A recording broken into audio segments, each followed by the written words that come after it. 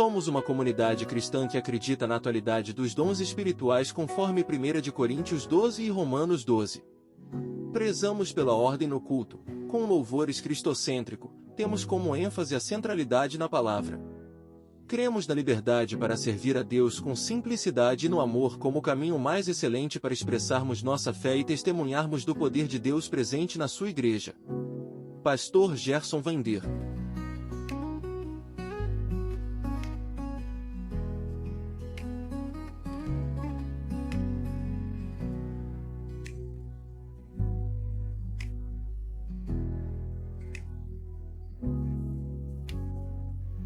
Graça e paz, eu gostaria de compartilhar com vocês alguns estudos no livro do Apocalipse.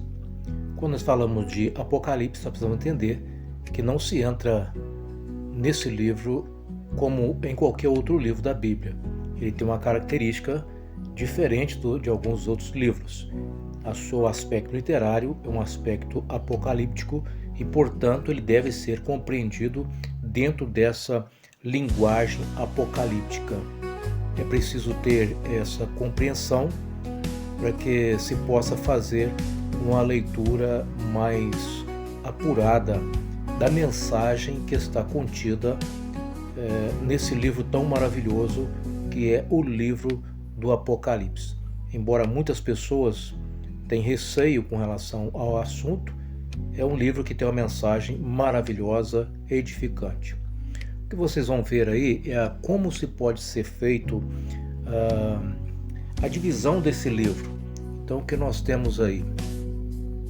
Primeiro, é preciso entender que esse livro, ele relata as visões do juízo de Deus e que resulta na sua vitória final, ou seja, é o desfecho final de uma história dramática do homem, da redenção humana. O homem que surge, que nasce, que tem origem lá no Éden, agora ele passa por um período de tribulação nessa vida, mas o homem redimido alcançará uma vitória final no novo céu, nova terra, ou seja, num novo tipo de paraíso que a Bíblia não entra em detalhe como será, mas será algo maravilhoso para os vitoriosos. O livro é dividido em 7 seções relacionadas ao presente e ao futuro. Do capítulo 1 ao capítulo 3 relacionado ao presente, capítulo 4 e 5 a visão do trono de Deus. Do capítulo 6 em diante nós temos relatos de eventos que acontecerão no futuro. Também não podemos dizer que o livro ele contém 7 verdades que são reveladas ao longo do livro. A primeira, Cristo vive ou voltará, capítulo 1 e capítulo 22. Deus controla a história, capítulo 4 e 5. Cristo cuida do seu povo, percebemos isso nos capítulos 2, 3, 7 e 11. A trilogia do mal e os seus aliados perseguem o povo de Deus, capítulos 6, 10 e 12. Cristo condenará a trilogia maligna e seus aliados, capítulos 19, 20 e 21. Cristo reinará 1000 anos, capítulo 20. E haverá novos céus e nova terra, capítulo 21. Assim, está esboçado aqui os temas relacionados ao assunto do livro do Apocalipse. É assim que nós conseguimos enxergar esse esboço do livro do Apocalipse. Entendendo isso de início, fica mais fácil para a gente compreender a mensagem à medida que a gente vai estudando o livro. Quando João recebe a revelação do Apocalipse, ele se encontrava exilado na ilha de Patmos. O ano era 95 ou 96 e o imperador nesse período era Domiciano, que ainda ocupava o trono.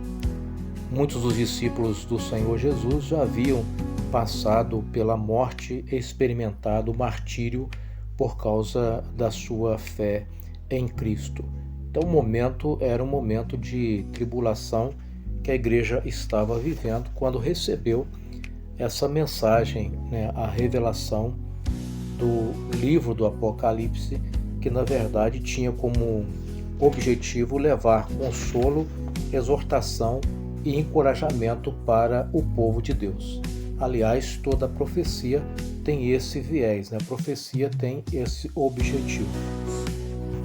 Com relação à perseguição, Pedro já havia sido morto no ano 64 sob o comando do imperador Nero, e seu irmão André havia morrido por volta do ano 60, também crucificado numa cruz grega em forma de X, também porque Pedro também, segundo a tradição, foi crucificado, e até mesmo para cumprir a profecia a seu respeito, que se encontra no Evangelho de João, capítulo 20, versículo 18, onde Cristo fala de como seria a morte do seu discípulo. Tomé teria morrido no ano 53, perfurado várias vezes por lança.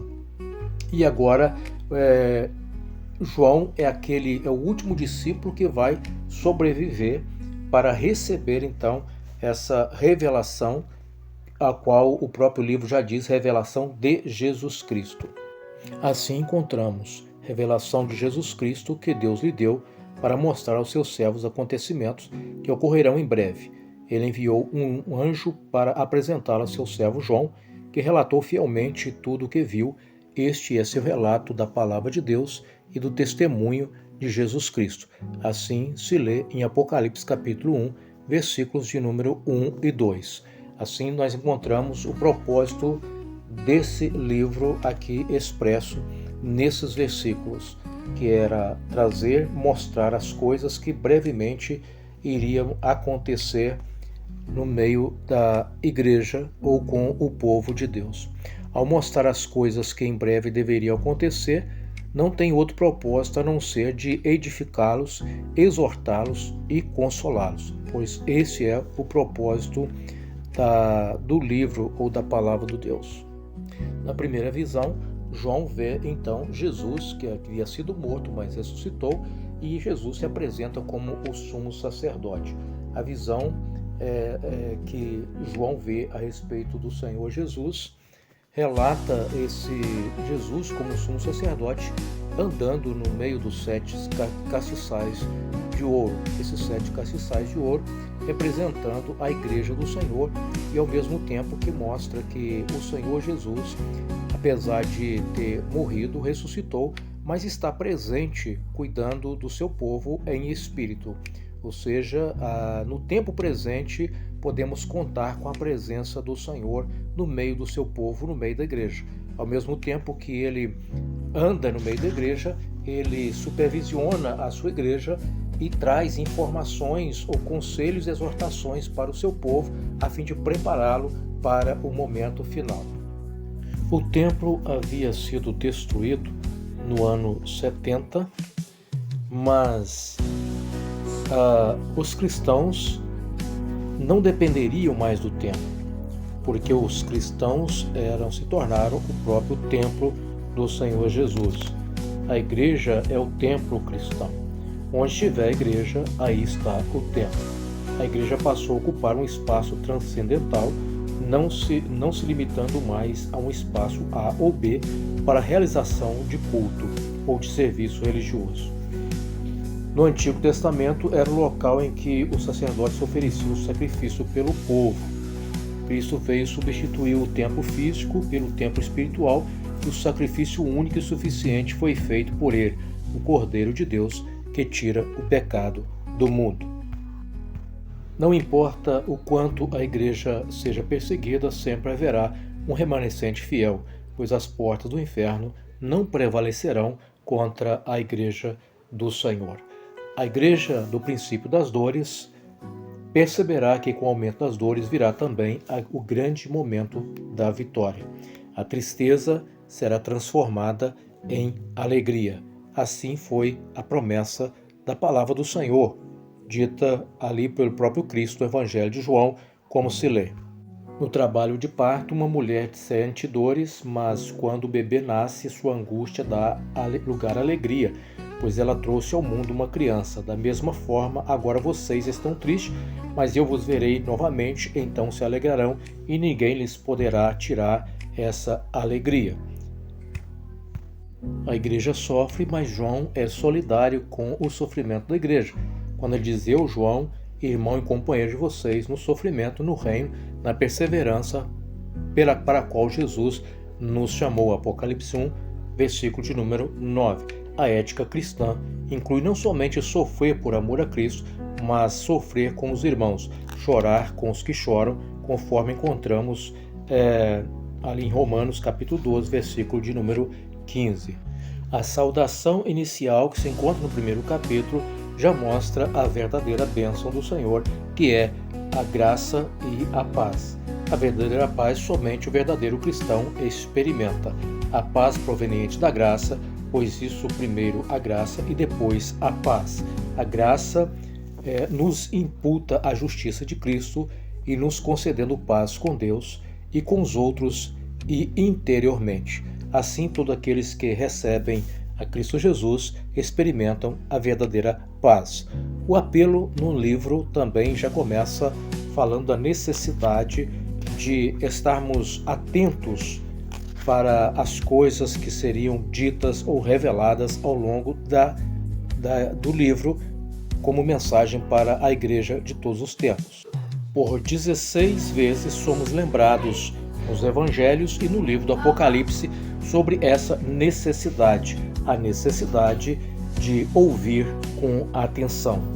E é assim que o cristão deve se aproximar da palavra de Deus, com seus ouvidos abertos para ouvir com atenção e o coração aberto para aceitar a mensagem divina. A felicidade só pode ter aqueles que de fato abrem os seus ouvidos e o seu coração para a palavra do Senhor. Feliz é aquele que lê as palavras dessa profecia. E feliz o que ouve. Assim se resume a mensagem maravilhosa do livro. Revelação, presente e futuro, ou seja, é uma revelação relacionada ao presente e futuro. Cristo vive, ressuscitou, vive no presente com a sua igreja e voltará de forma gloriosa para estabelecer seu reino milenar. Como ele vê o futuro é demonstrado também nesse livro.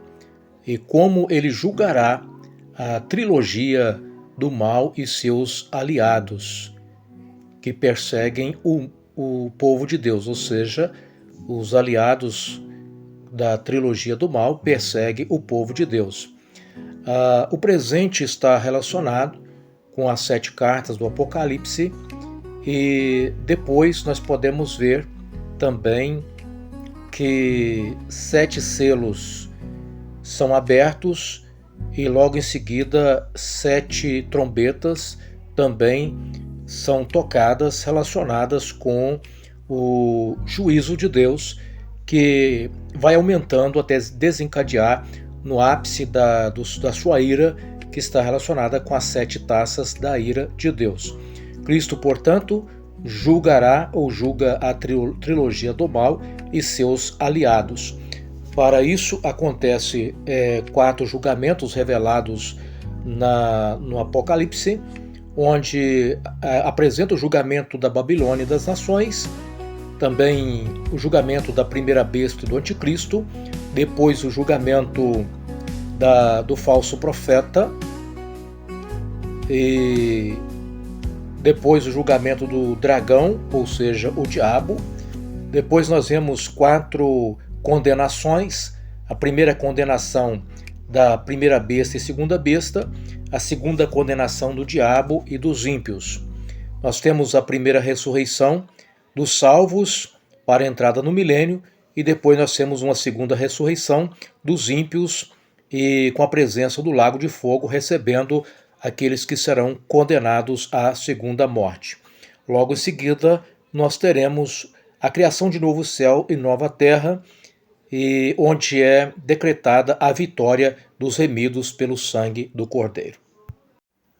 Assim eu encerro essa introdução para depois darmos sequência mais detalhada sobre os assuntos que estão revelados nesse livro, que traz para a igreja grande conforto, esperança e encorajamento.